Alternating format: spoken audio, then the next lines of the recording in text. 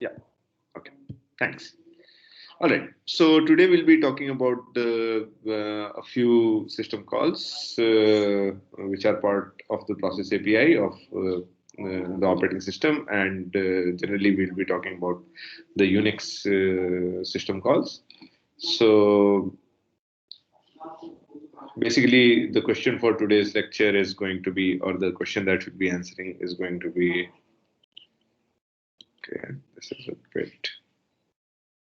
Let me try this.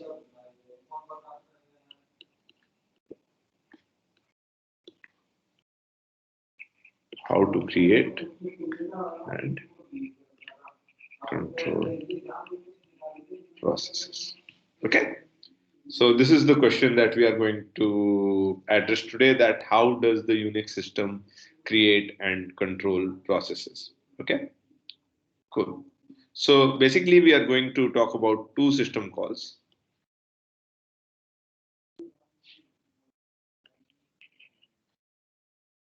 To create processes, which are going to be fork and exec. Okay.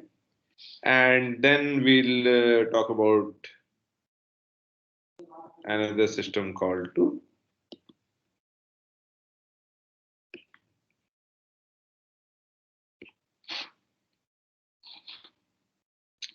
somewhat control,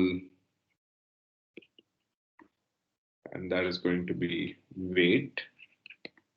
Okay, so what does wait do? So these guys create new processes. We'll see in detail how they do that, and we'll talk about wait. So what is wait used to? So this is used that, so for a process to wait for a process it has created to finish.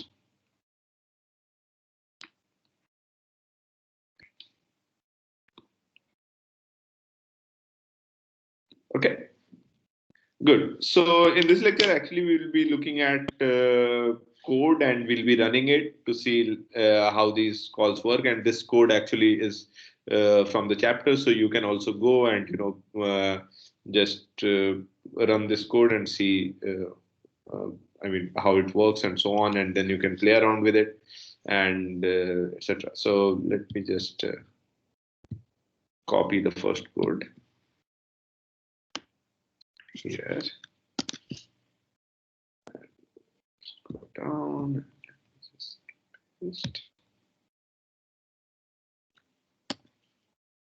Okay, so I hope you can see this.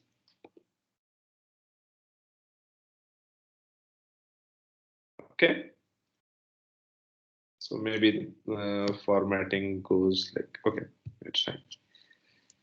I hope the formatting does not go wrong and so on. So this is the first program. So okay, we'll be talking about these the three calls, and the best way to do that is going to be looking at programs and what they do. Okay. So suppose this is one basic C program. So it has the function main, and the first thing that this program does is prints a hello world, and then it writes this thing called PID, and it uses this function called get PID. Okay.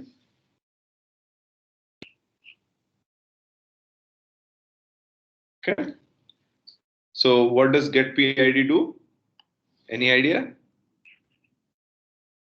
It gets the process ID. Yeah, it gets the process ID. So it returns the process ID. Okay. Or good. Now we define an integer RC, and we call the fork command and return that into the variable RC. And then we say that if RC is less than 0, then this is the basically the fork command has failed.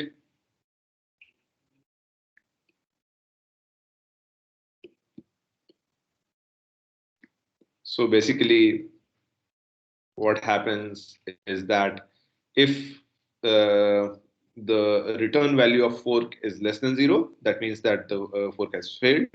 Then you just print some error message and exit. And now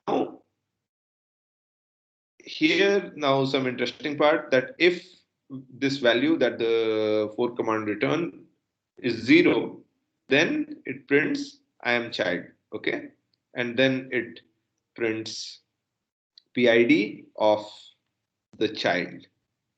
And otherwise, that means if this is not satisfied, if RC is not equal to 0, that means then this is the parent, and this says that hello, I'm parent of person D, where the first one is going to be RC. So what does that mean? That what does RC return? Okay, so if I'm going fast, like please let me know, but I can go through it again also. So yeah, because yeah, I mean I have seen this program before, so I might be hurrying up a bit, but for you it might be the first time. But I'm trying to go through it line by line.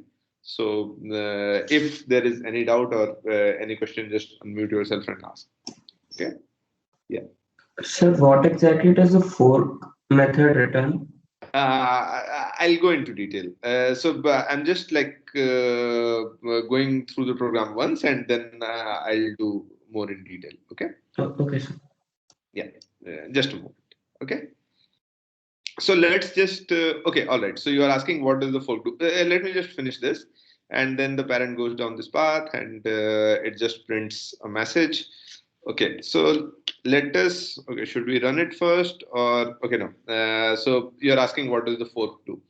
So what does the fork do is, so fork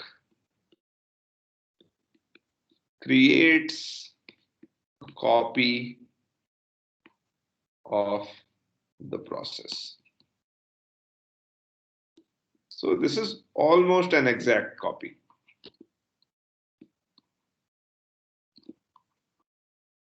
So the child program, what does that mean? That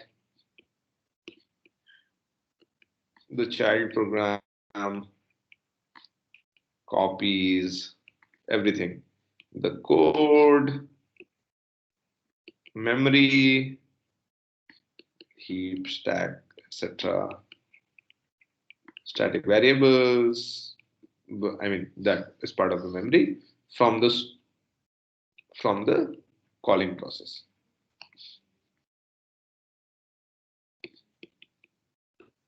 So how does fork look like? So one process was coming, and then now there are two processes, and they are identical except for one thing. So what does this fork command do? So this was one process. I mean, this was one process, and then it now made two copies of the same process. So now for the OS, it will look like there are two processes with exactly the same, like memory, the code, and everything. Okay, and it will start from here. So the child starts from fork command.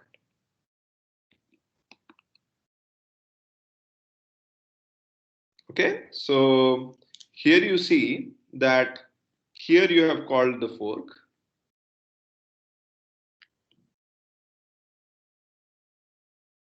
Right? So this message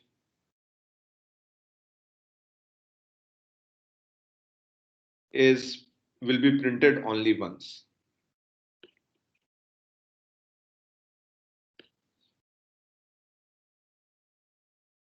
Okay, so let's just run it and see like what happens. So I am already in the folder. I have already compiled the files and so on. So I'll just run this file. It's called p1.c, I guess.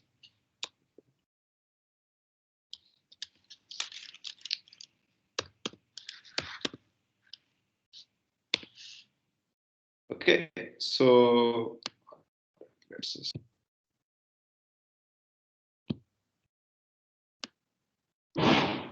Okay, so this was the first line that gets printed. Hello world, and then PID. So hello world, the PID of the parent, it's 322206. Sorry, 32206.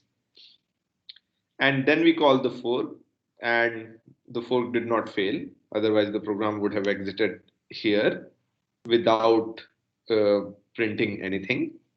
Okay.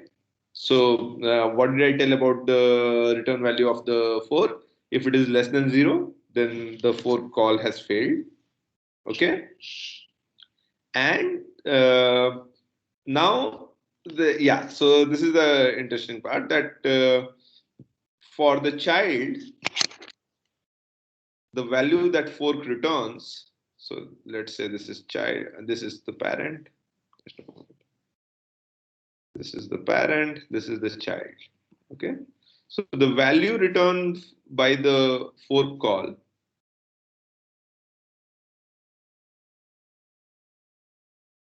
so both will look like they are starting from this instruction now.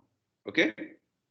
Now there are two processes and both will look like they are starting from this instruction and they are trying to run the program below. All right. And as if they have executed everything above this call. So just like a fork looks that, okay, both of them are here right now where the fork is called. And now they want to execute the code below.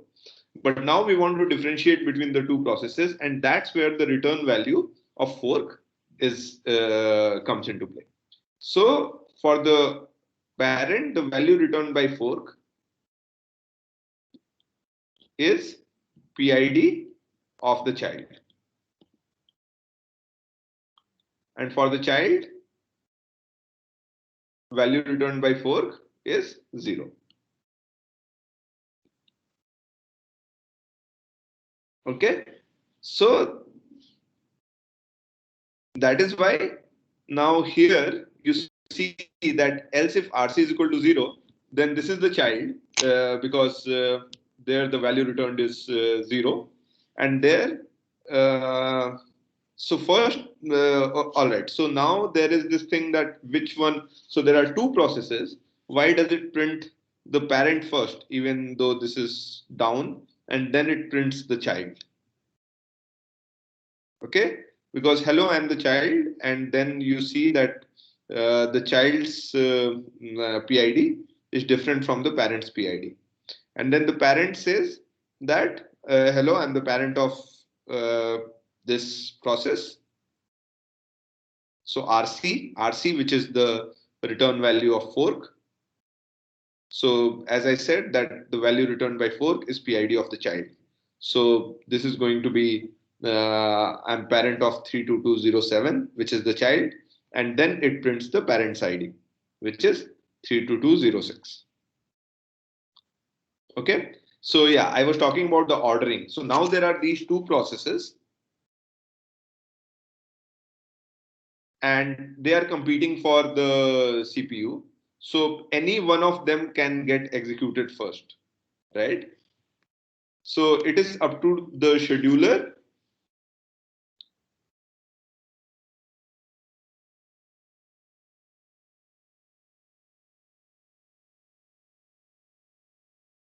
which one to execute first.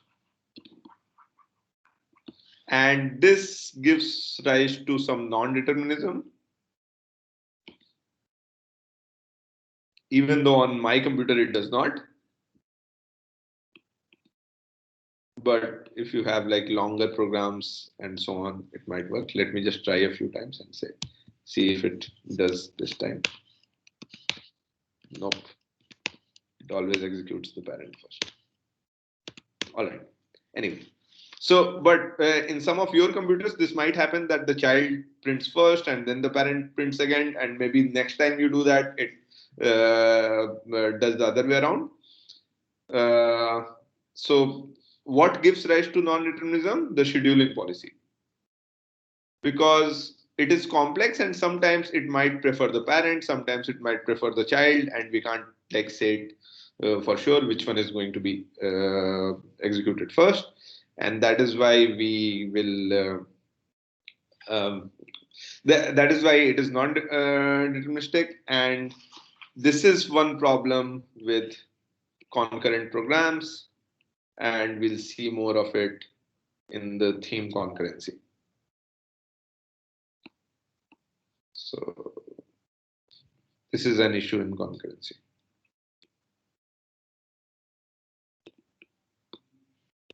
Okay, let me see if I have forgotten something or.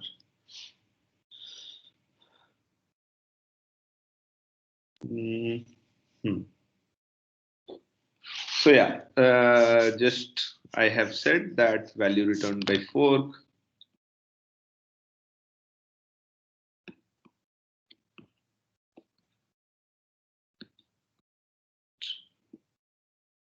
to parent, PID of child to child 0. Okay, cool. So this was the first program. Any questions about this program? Sir? Yeah. So the only difference between the parent and the child is the process ID and the value stored in RC. Yes, that's correct.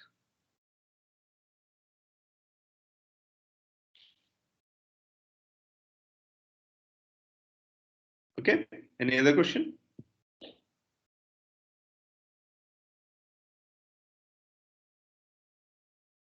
So the whole code gets copied in the child also. So everything looks the same. Okay, okay, cool. No other questions. All right, so now we go for the, so this was the about fork. So first one was, let's say.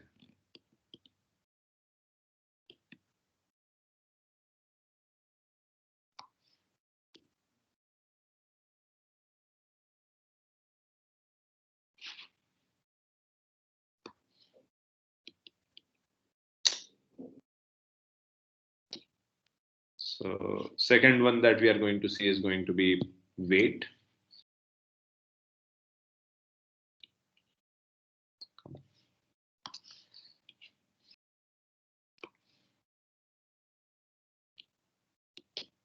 Okay, so what does the wait do? So it here the parent basically waits for the child to finish.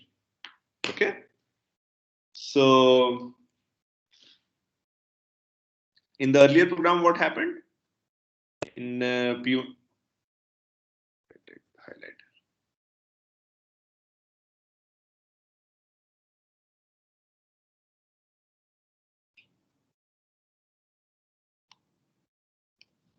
Okay, so in P1.c, what happened? The child prints a message and exits, right?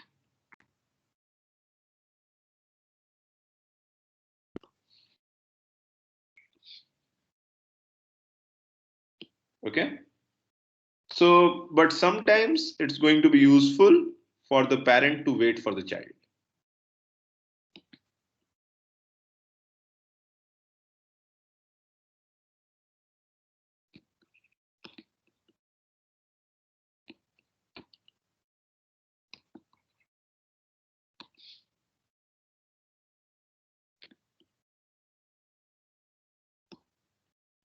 Okay. And this is what is achieved with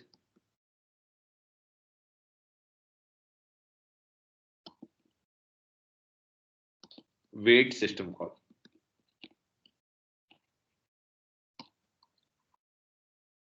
All right. So let's see the example of that as well.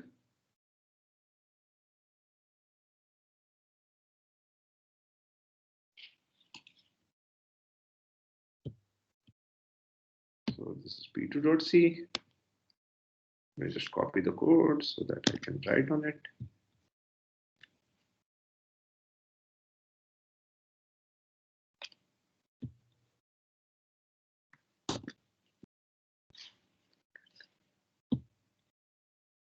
Okay, good.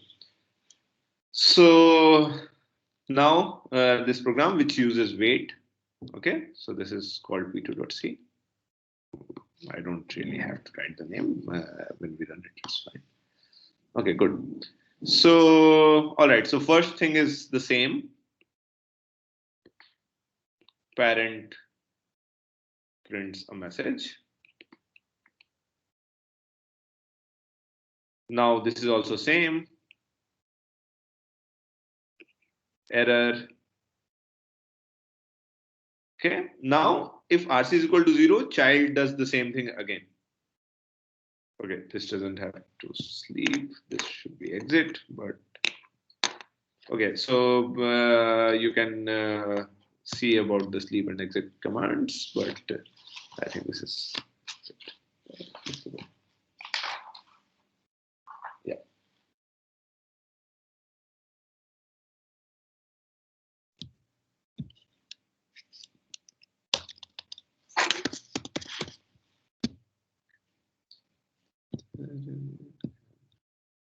To here.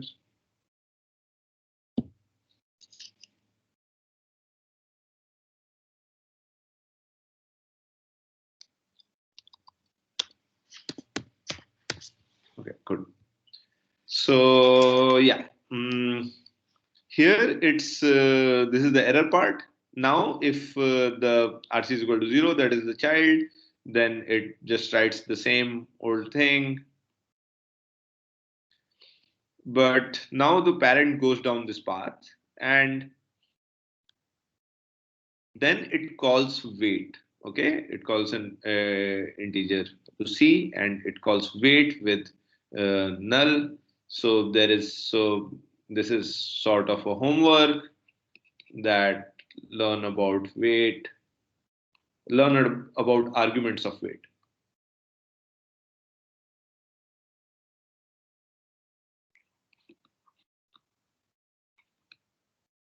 And also there is this called weight PID.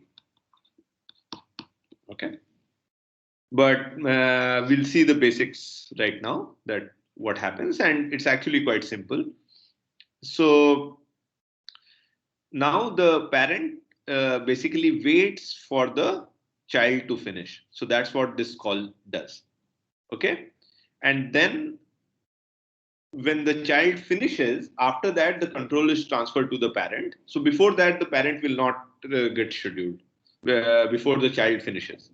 So it waits for the child to finish and then it prints the same message again. So the only difference between this program and the previous one is this line. Okay, the wait call. And what does the wait call do? It just waits for the child to finish and returns after the child finishes. It returns the PID of the, so returns PID of the child that has finished. Okay.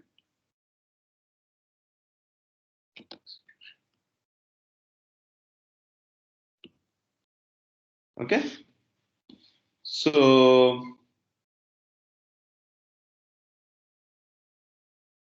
yeah, so what does wait do?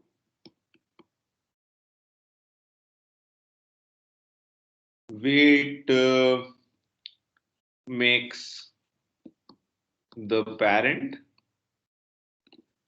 to delay its execution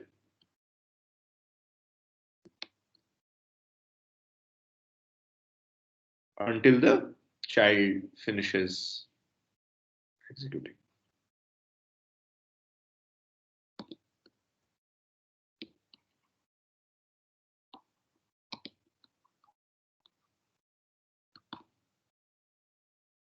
And when the child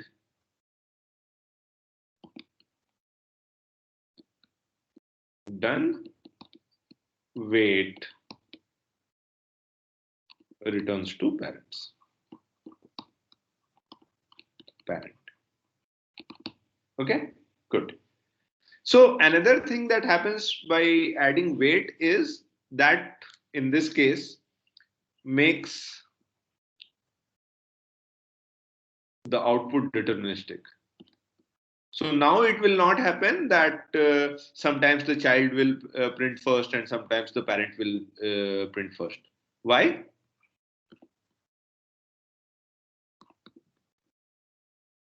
So why would this happen?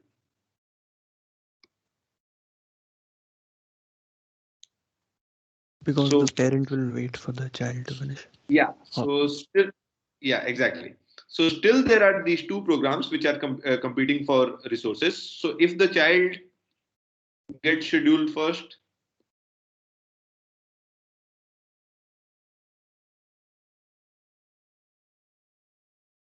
then good. That's what we wanted, suppose. And if the parent gets scheduled first,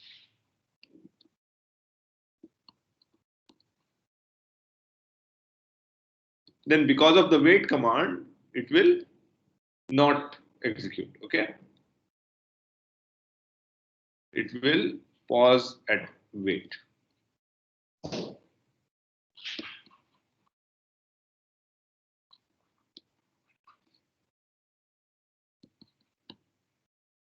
Okay, so it will pause its execution and then the child gets scheduled.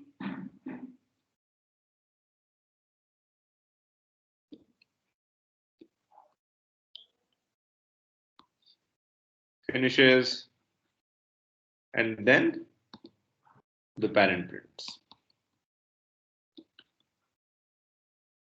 Okay, so I mean, it was not, but at least in the earlier case, the parent was printing first. So let's just, okay, so let me make again just once. Into be done. Didn't I save it?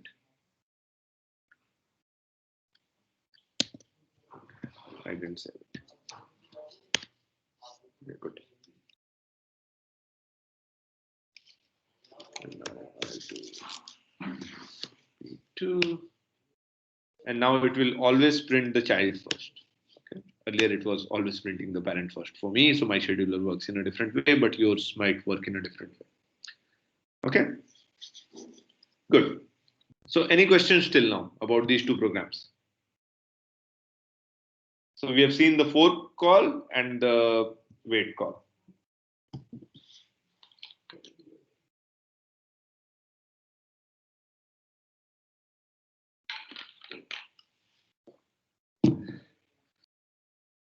So, no questions? Okay, good. So now we are going to the third call that we want to do today. And it's going to be the exec call. Okay. So, I mean, so what does fork do? So fork, how do I always do this?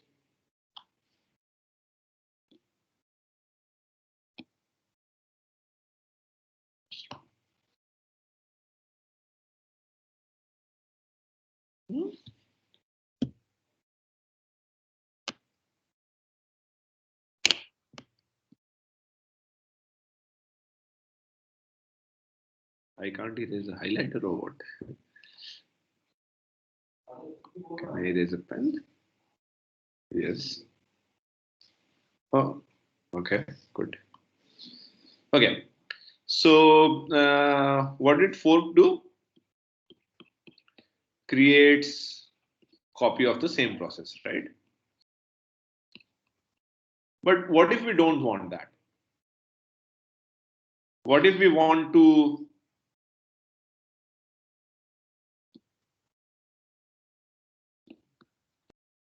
create a new process?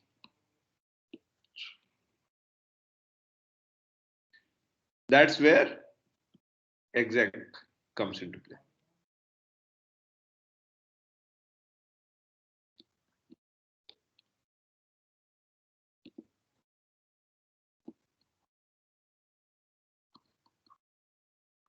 Okay. So we want to create a different or a new process, and that's where exec comes into play. Okay, so let's again look at the code first, and then we'll try to figure out how exec works.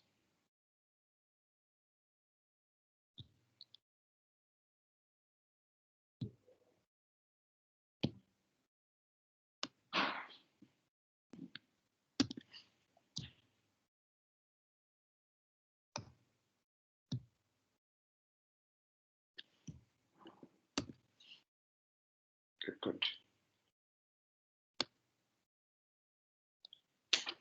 All right. So okay, let me just also.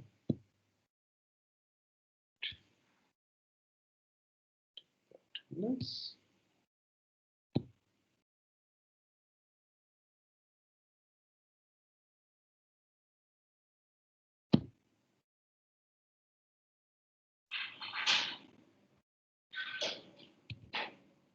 Has it been downloaded? I have no clue.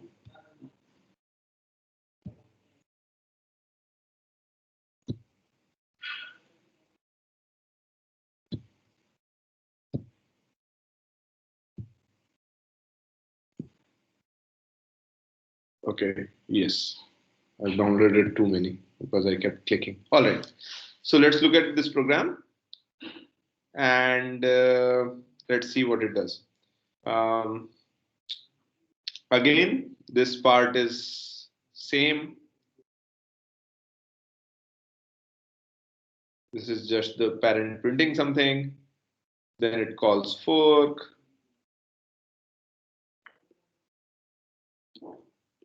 Error.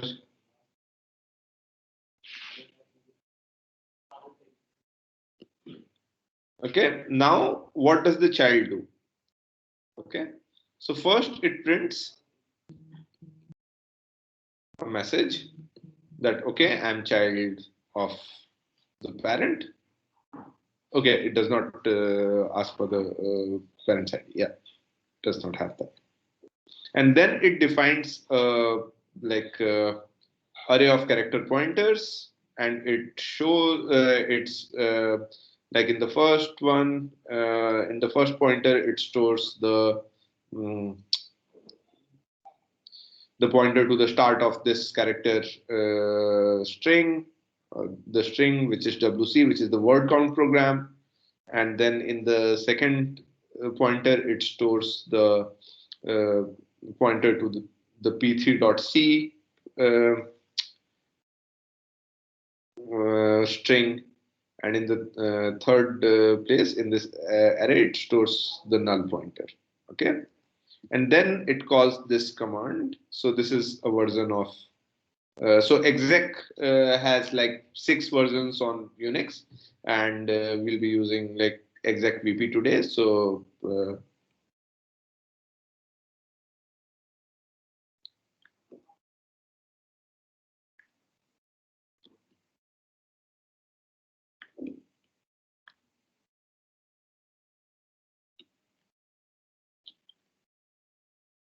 next. And so you can learn about others. So homework.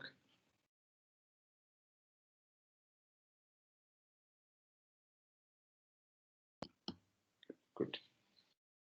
All right. So what? Yeah. So we wanted to create a new process. Okay. So the new process is going to be created by the child. So what had happened earlier? So the parent came, then the child came, or then parent, child, and then they both exited. So now what is the child doing? Here it's calling exec. So here fork was called.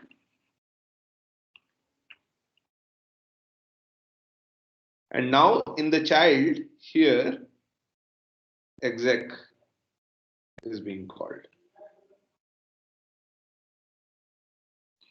Okay.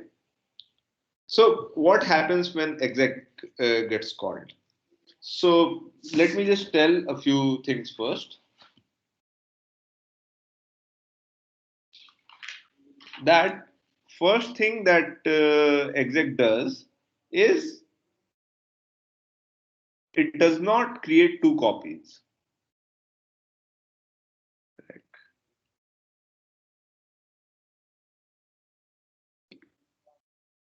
Copy of the program process. Instead, what it does is, sorry,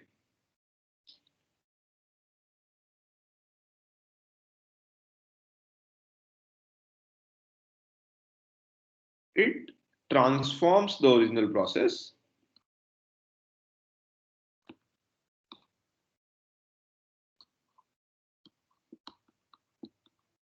into a new one.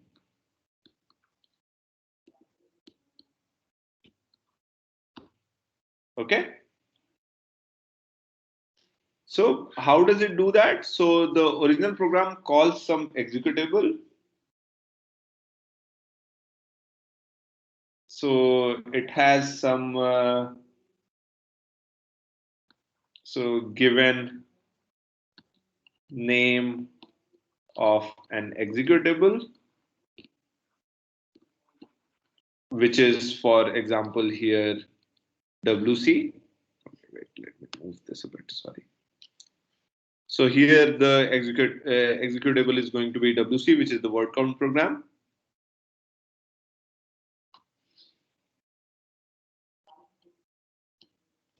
And the argument for it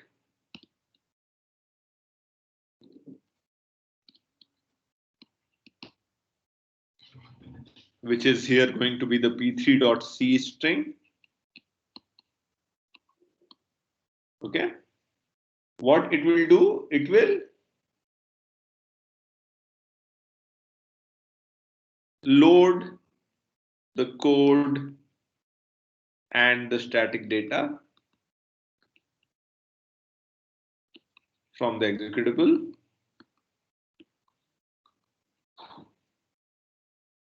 Okay. And overwrites this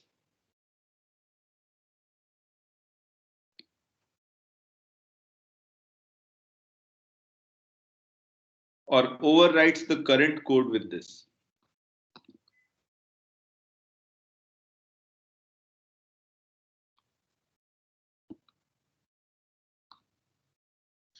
Okay. So what does it mean? That it will reinitiate the heap, stack, static variables, whatever. And the OS simply runs the new program.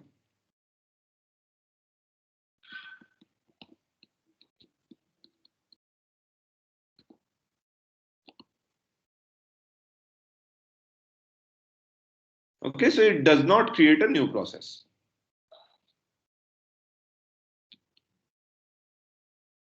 That means the process ID is going to be the same.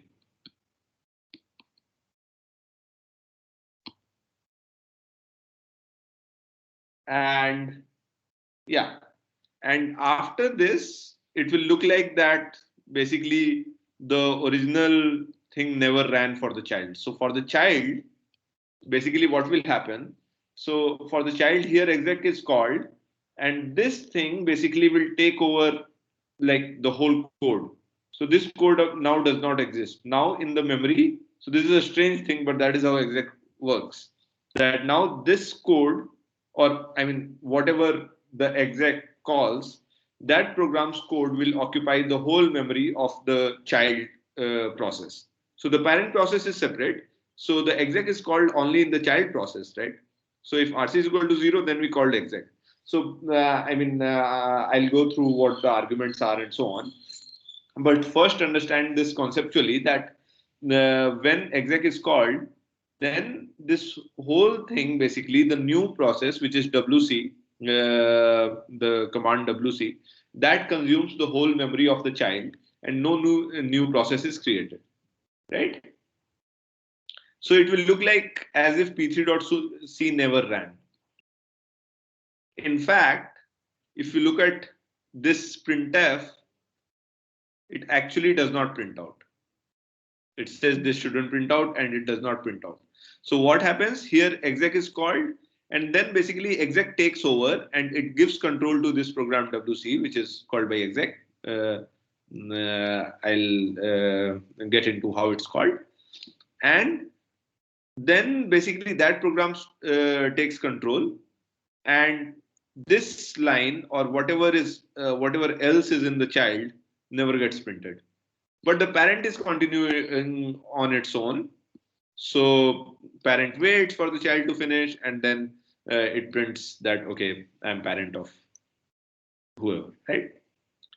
Sir, So so even the hello I am child line will not be printed out.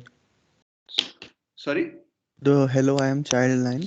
Oh, so hello I'm child will be printed out because that is before the exec is called. So before that, the program does not know, or the process does not know that exec is going to be called. So this is just like before. So till here, the child executes like before, but now it sees the exec command and then it transfers control to the new command that is being called. Does that answer the question? Yes, sir. Okay, good. So yeah, so the strange thing is that a successful call to exec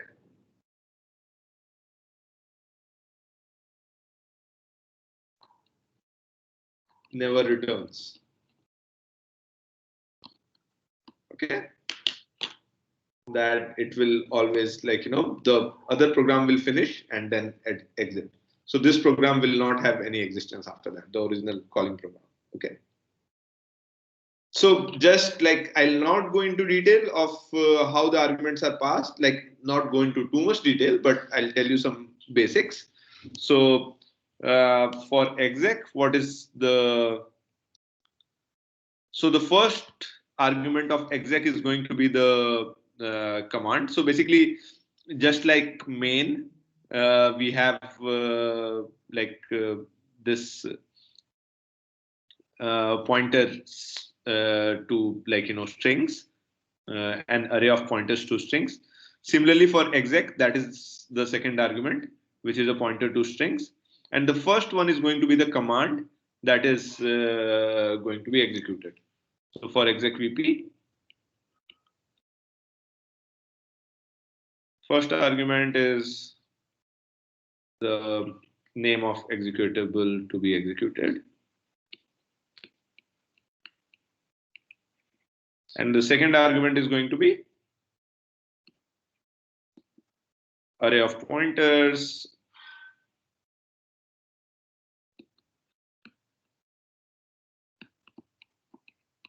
to strings, and which is basically a token for which command is going to be executed.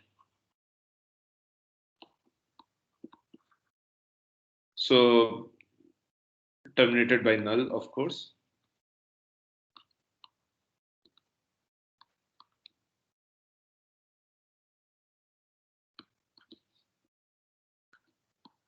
So in main also, if you have done C programming, this thing stands for what command will be executed basically by this main program. And for even if you don't understand this, like, too much in detail, that's fine. So, but what is happening here is WC is the command. So that is going to be the first argument. Okay, so the first argument for exec VP is this WC, and this is an array of pointers which points to this whole thing. Okay, so that means what is the command which is going to be run? So WC p3.c, and I mean it is just like finished by null. So for all the purposes in this course, the first argument is going to be the at the first position in the pointer array, because that is going to be this is going to be the command that is to be executed, and this is going to be the pointers to the strings, and the first pointer will always point to the command itself. Did that make sense? Yeah. So, this exec command, does it support only the standard Linux or Unix commands, or we can also use some custom commands? Sorry, say again, I didn't get your question. Like this exec commands function, does it support only the standard Linux or the standard commands, or we can also use any custom commands that we have set up?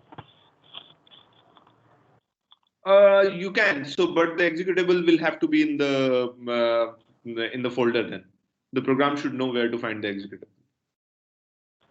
Okay.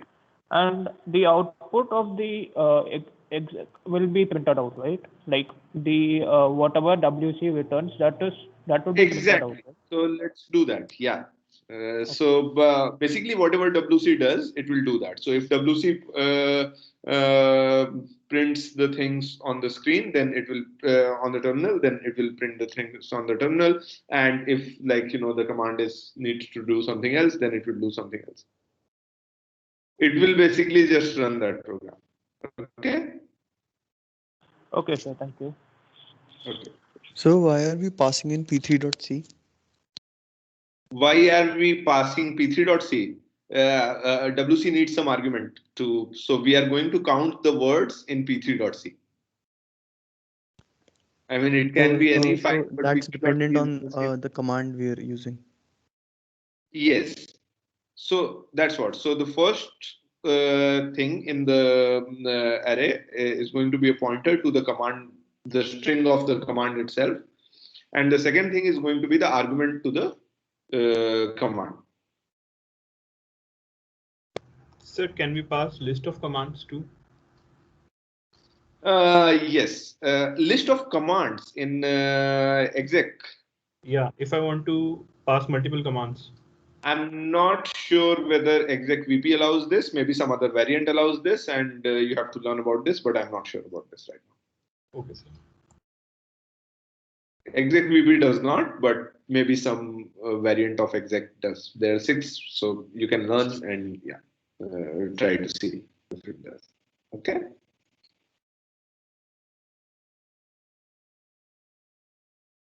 I mean, there should be some way to do that, of course, but I don't know the syntax of all the exec commands. Okay, so all right. Any other question?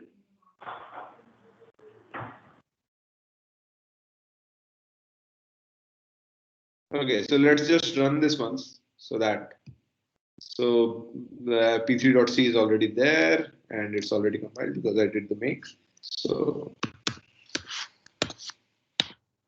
it shows that, okay, first it writes the hello world, which is the parent thing, and it writes the PID of the parent.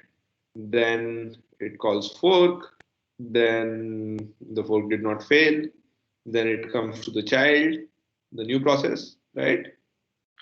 It says hello, I'm child, and it writes the child's PID, which is 32747 in this case. Then it defines a character string. Nothing is happening here that would show on the output. But then it calls the exec. And again, the child will finish first because the parent waits for it. So the parent thing comes in the end, and then it calls the exec, which is the word count, and word count counts the number of words, number of lines, and number of words, number of characters in p3.c. And it prints that here it has 32 lines, 123 words, and these many characters. And then it appends it with the file name itself. That's what WC does. And then this, as it is written, this should not print out. It does not print out. And then the parent goes down and it prints the message. I'm parent of so and so process. Okay. So why that particular line is not printed? Because as I said that the WC command basically now takes control of the process. The original process does not exist. Okay. as if like p3.c never ran for the child. So from here, the only thing that will run is wc p3.c for the child. After that, whatever is written will not matter. The code will be replaced, the data will be replaced, everything will be replaced by wc. So it will go find the executable for wc, bring it in, and initialize everything. Okay.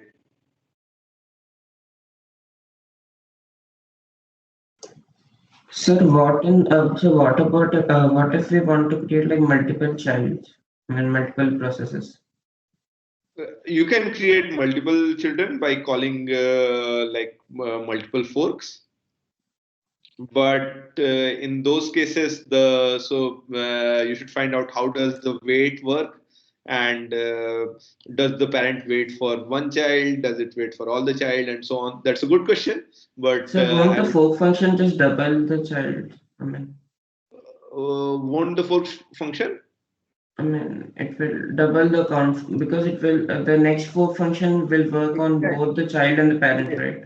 Yes, it will.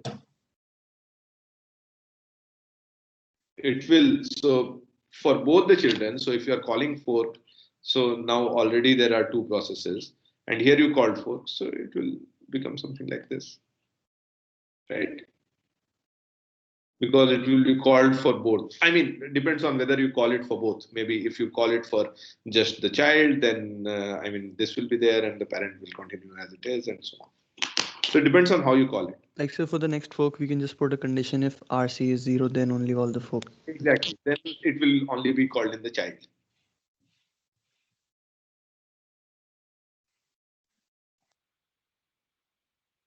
Okay. Yes. Okay, good. All right. So now we have seen these commands for creating the processes.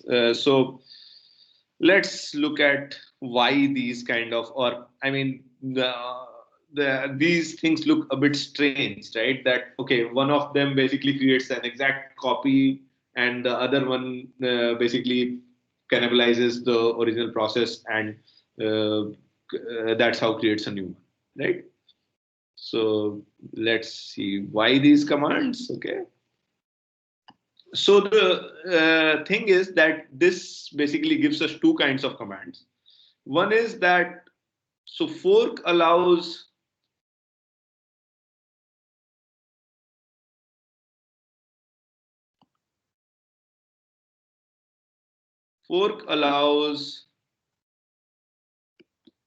the code after fork to be run.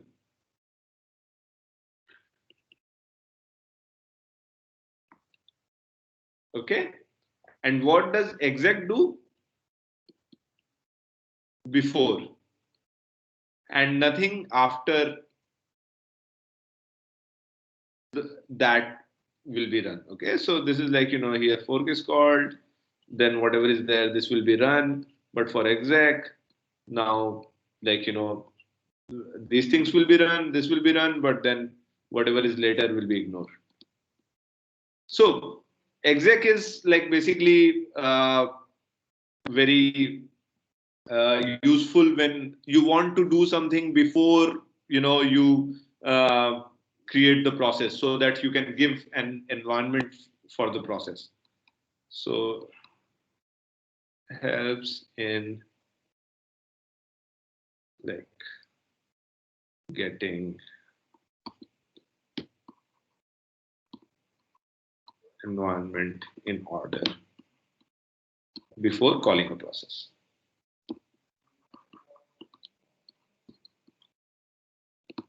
Okay. So these are these two kinds of things that that are there, and a combination of these becomes very powerful, and that's how the OS performs different tasks. So for example, if you look at shell, right? So what happens when you write a command in shell?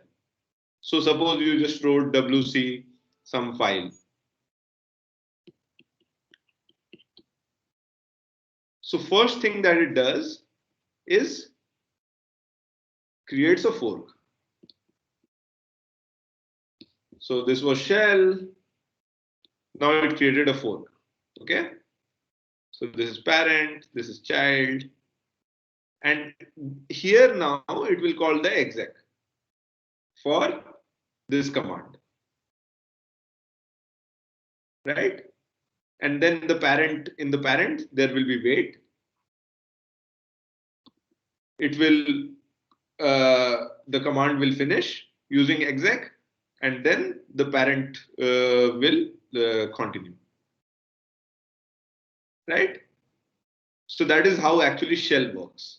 So now you see that a combination of fork and exec basically make things quite simpler for the operating system to handle, right?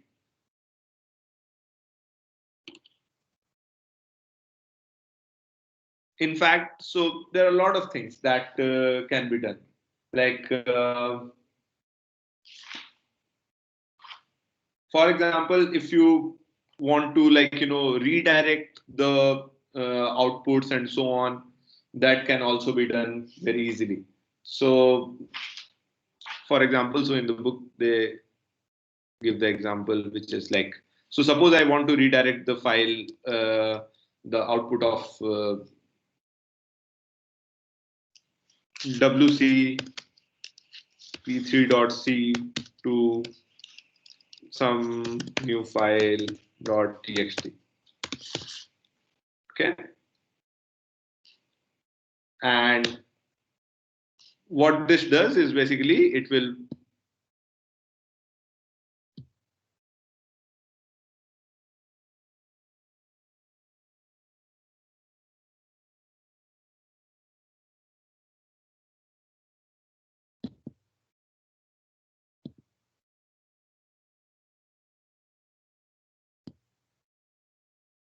so yeah, I mean here itself you can see that it has just now it has been created and it has the output of like 32 lines, 123 words and 66 characters in p3.c. Now suppose we want to achieve a similar thing by a program. So how does it do that basically? How does the shell do that when we do such a thing that now instead of writing it here, it wants to write it there. So what it does is that instead of the standard output, it will close the standard output and opens the new file, and any output which was going into standard output will now go into the new file. Okay. So let's look at P4. So P4 tries to do exactly the same thing in a C program.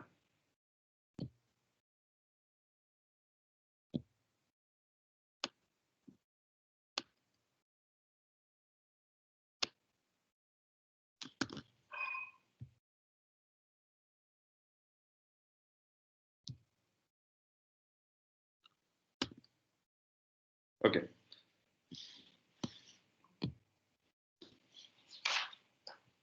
So let's see. All these things are same. So all this part is same. Okay. So in the child, now we want that instead of printing it on a screen, it writes it somewhere else. So it closes the standard output file number, whatever is there, and opens a new file. Now, the syntax of this we are not going to discuss, and like we'll talk about what are the arguments for open and so on going to be much later, because these are very important system calls and they open files and so on. But we'll be talking about those when we discuss memory and others. But basically, it just opens a new file. And basically, the file number, since the standard output has been closed just now. So what does how does the output work of any command? It looks for the lowest file number that is available. Okay. And it puts the output there. So now what will happen is that the standard output, whatever the file number is there, it will get closed. So whatever, there were some files, standard output, standard input, standard error, whatever, and then the standard output gets closed. So suppose this was steady. and this gets closed. So now this slot is open, whatever the file number is. And when the open comes, it looks for the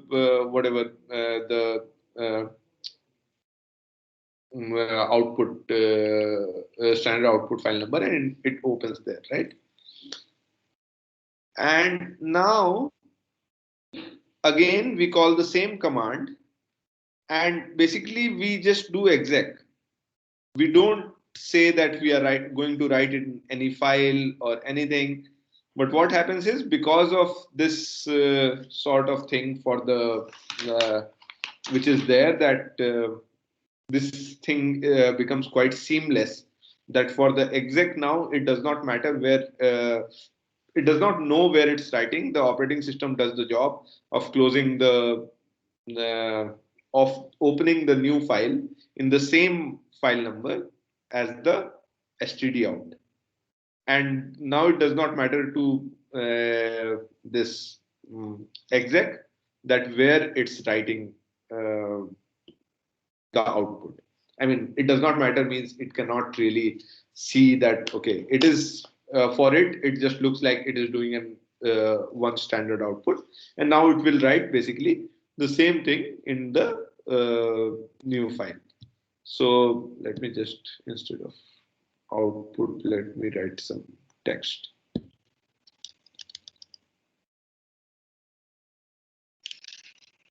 p4.p4wc.txt. Okay. And then let's run it. Okay, first let me make it.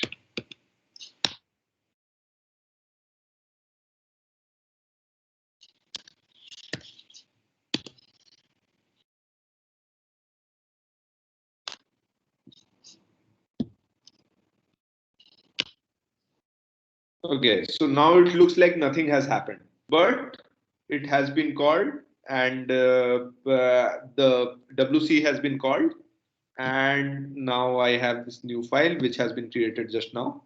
1035 is just 30 bytes, and so brackets only. So this has just these things: 34 lines, 114 words, 883 characters, and the file that we wanted was p4.c. Okay. So again, so I'm not going like into too much detail of how the file opening and closing and how the file numbers work, but this is what happened in a nutshell. So basically what these things allow you to do is, using the open close calls, etc., we can seamlessly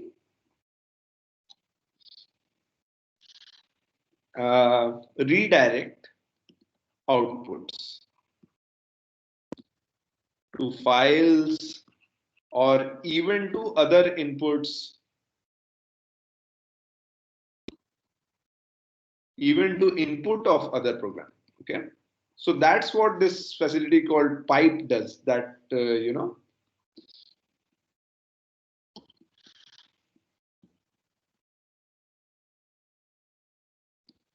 So that's what pipes are. So in the OS. So what they do, that you have one and it gives output, and that becomes input of like, you know, another, and so on. So for example, I had like, I was just trying to play with it, that, okay. So I was just like, you know, first just getting that how many times, like, you know, if is there. So I'll just select that and bring that out, and then I will tunnel that into, I'll pipe that into the WC. So how many times if comes in p1.c. So, and then it creates a new file which goes into WC, and in that file there are 2 lines, and which are just going to be, so if I just run the first command, it's going to be if now this if gets redirected into WC using this pipe, and then basically WC counts the number of lines in this, that is 2, the number of uh, words in it, that is 2, and the number of characters in this, that is 6. So again, how does the pipe work? Again, the OS will close the standard output and will like write it into a file, and that file will become, or for this WC program, it will create instead of the standard input, it will take the input from there. Or I mean, depends on the program. For WC, it will be the file. Okay. So any questions for this? I mean, I was just telling that, okay, these sort of things can be done using some other utilities like open, close, and so on. Okay. So any questions?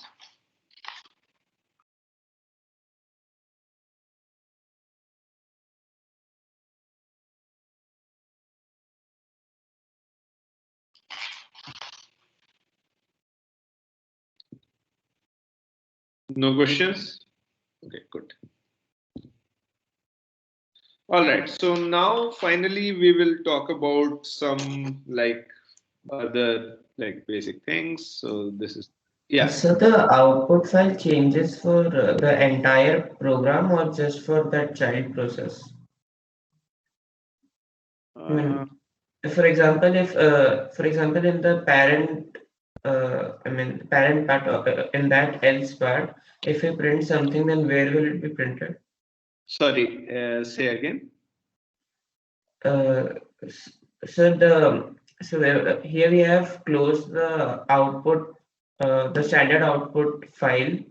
So is this file closed for like both the child and the parent, or is it just for the child process? Because the parent, you go down and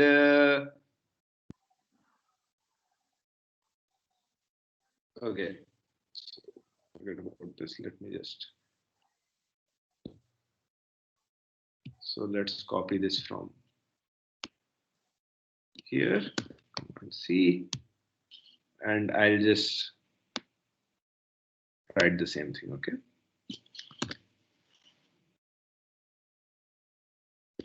I don't know why I did not have the same thing. Okay, so now let's see where this gets printed, right?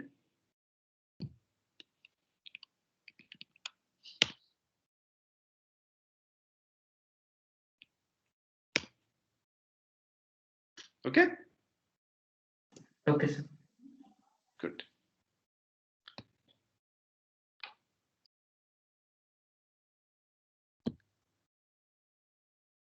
Okay, so now some like other things. So how does the user control the process?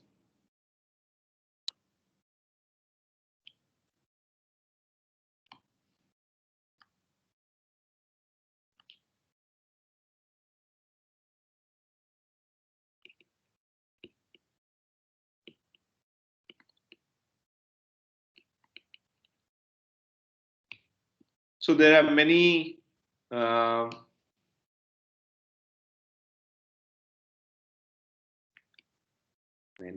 system calls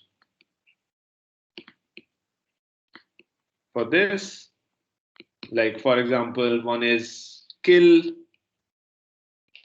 So what does kill do? It sends signals to processes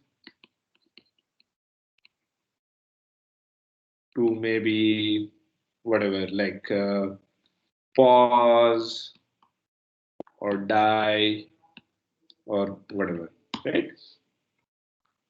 And even in shell, some keystrokes are or send signals to processes. For example, you would have seen that, for example, control C exits the process, right? It makes to sends a signal, or in more like, in the technical language, an interrupt for the process to terminate.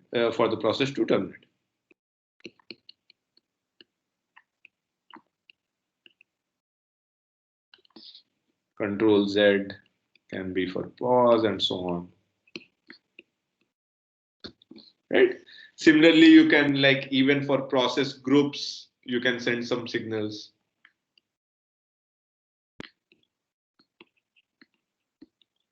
But now, since signals are these, like, powerful commands which can terminate a process or, pause a process, then who can send these signals?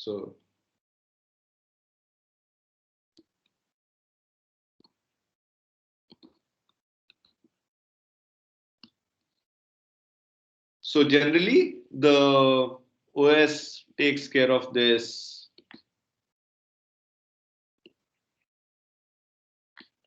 using the concept of users.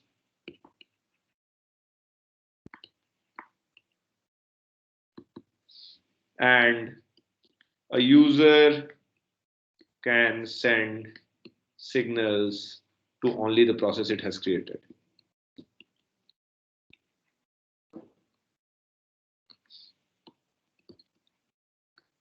So that, like, different users do not harm, like, others' processes and so on. And then there is this super user thing that can send signals to all processes.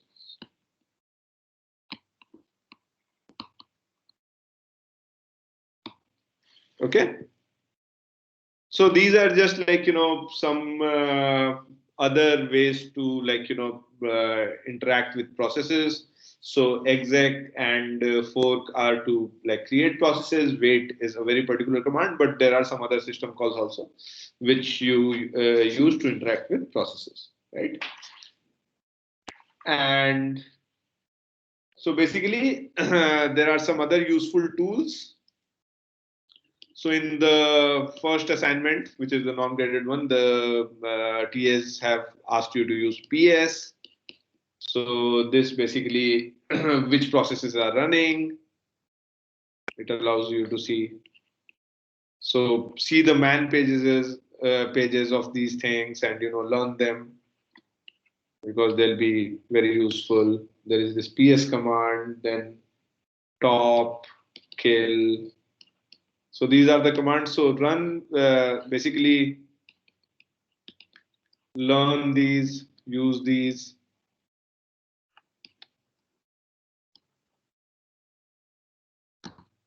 To see what they do and so on. Like kill can, it can send some arbitrary signals to processes and so on. And then there is kill all also, which, like, you should use, like, wisely and so on. So these are the things that, like, you when you start programming and, you start using command line tools and so on, you explore on your own, and then you'll learn more and more about the system and how things work and so on. Okay. So in last, like, 2-3 minutes, let's just recap what we did here. So first thing is a process. Okay. So yeah, process ID or PID, I hope you guys know. So this is the unique thing that identifies the process. And whenever you want to do something with the process, you need its PID, right? And so first thing that we saw was fork. And what does fork do? Fork creates exactly the copy of the process, except, like, this variable is going to be different, and the return of the fork command is going to be different, and also the PID is going to be different. And that's what we use to control what we want to happen in the parent, what we want to happen in the child.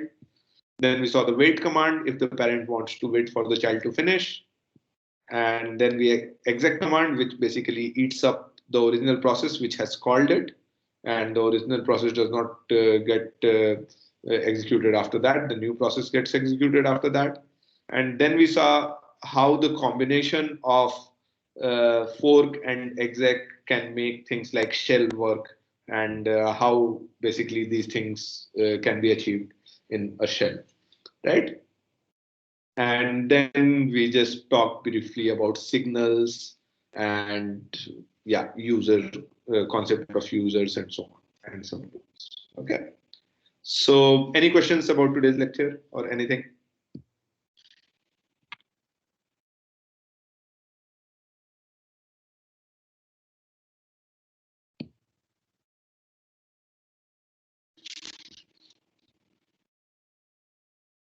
No questions?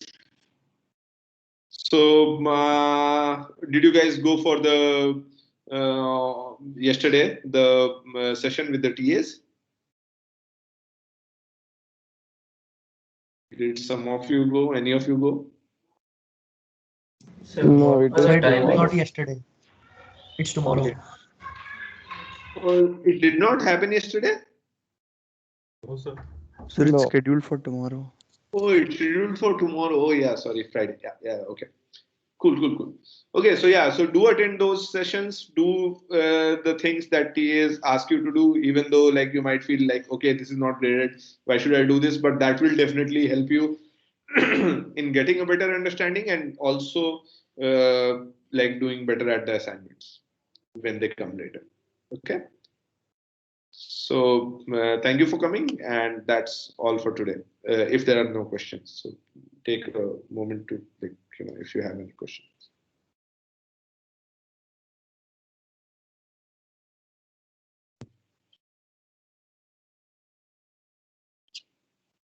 Okay, no questions. Okay, so see you on Monday then. Thank you, everyone.